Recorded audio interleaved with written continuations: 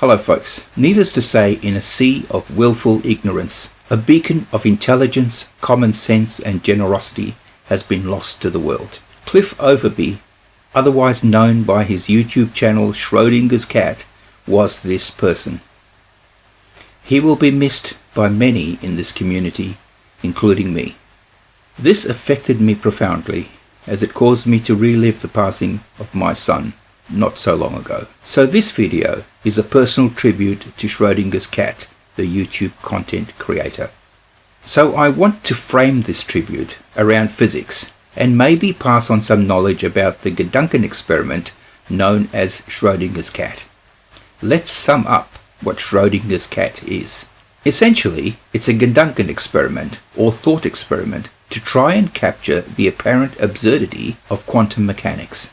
In a nutshell, a box containing a live cat and a lethal threat is closed while assuming a 50% chance that the cat will survive. While the lid remains closed, the cat is both dead and alive at the same time. We can't know or measure it.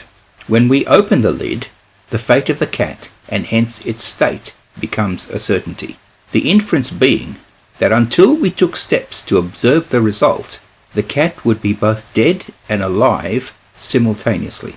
When we transfer this logic to quantum physics, we arrive at a point where we can say that as long as a particle can occupy a certain position, it will occupy that position and others in the space of probabilities simultaneously, colloquially existing in more than one place at the same time, but only until we take steps to observe it. Then we get to know its one and only position. The importance of this model, when applied in chemistry and physics, allows us to make predictions that have led to the great advances in semiconductor technology, new chemicals, polymers, drugs, and communications, and so much more. And in the very near future, very likely to revolutionize computing profoundly. So in this tribute, like the great Erwin Schrodinger would have said, machen wir ein Gedankenexperiment. Now, without going to the models that describe the process involved in storing and retrieving memory, let's simplify it to neuron grouping, synaptic elasticity, and the strength of connections between neurons. Remember, thousands of us, touched by Cliff's presence, remember him. By this fact, our friend and colleague Cliff Overby, aka Schrodinger's cat, has left a physical, indelible, neurological imprint in the minds of so many of us.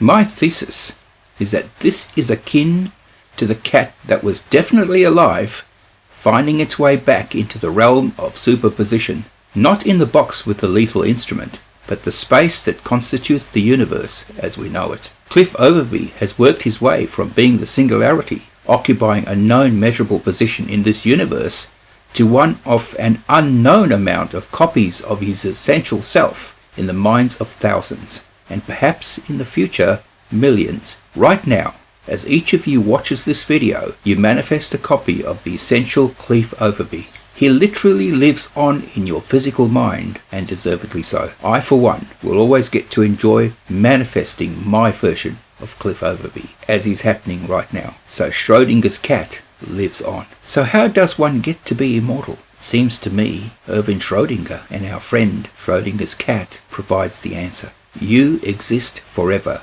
as a physical, neurological manifestation of your essential self among millions by living a useful, unforgettable, distinguished, generous life, loved and admired by all who cross your path, just as our friend Schrodinger's cat did. That is exactly the answer. To finish, we French have a simple but beautiful turn of phrase that speaks volumes. À bientôt, mon ami, Schrodinger's cat.